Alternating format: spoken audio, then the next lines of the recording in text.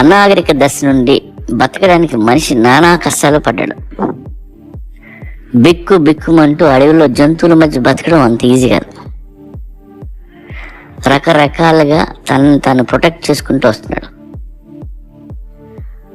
పులి సింహాల నుండి తప్పించుకోవడానికి మనిషి కనిపెట్టిన ఆయుధం బాణం, బరిసె. ఎండా వానల కోసం కనిపెట్టిన ఆయుధం గుడిసె.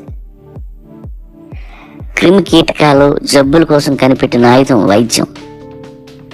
చివరిగా మనిషి నుండి మనిషిని కాపాడడం కోసం మనిషి కనిపెట్టిన ఆయుధం పేరు మానవత్వం. It's a weapon, but invisible weapon. దేవుడు కూడా మానవత్వం కోసమే బతుకుతున్నాడని చెప్పాం. అవతలాన్ని నమ్మించాం, వాడు నమ్మాడు. అందుకే మనల్ని వదిలేశాడు, లేకపోతే ఎప్పుడో వేసేసేవాడు. దేవుడు మిగతా యానిమల్స్ని పట్టించుకోడు. ఆయన ఫోకస్ అంతా మన మీదే.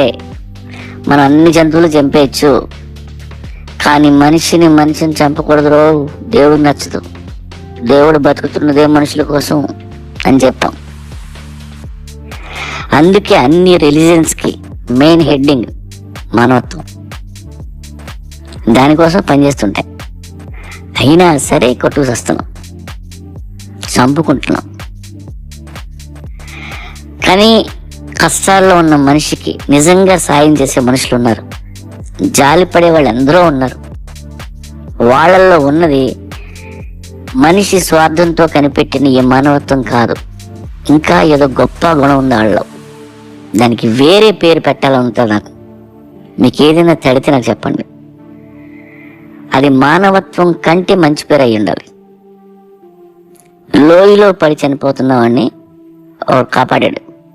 అప్పుడు వాడు అంటాడు, అన్నా సమయానికి ఆ దేవుడు నేను పంపించాడన్నా. ఇలా అనవసరంగా దేవుడికి క్రెడిట్ ఇస్తే నాకు నచ్చదు. తిరిగి అన్నీ అదే లోయలో దెబ్బలనిపిస్తుంది. మనకి నరాల్లో దేవుడు ఎక్కేసాడు. మంచి మనుషులను కూడా తీసుకెళ్ళి దేవుడి అకౌంట్లో వేయకండి. మీకు నిజంగా సాయం చేసేది, కాపాడేది ఎప్పుడూ సాటి మనిషే. ఆ మనిషికి రెస్పెక్ట్.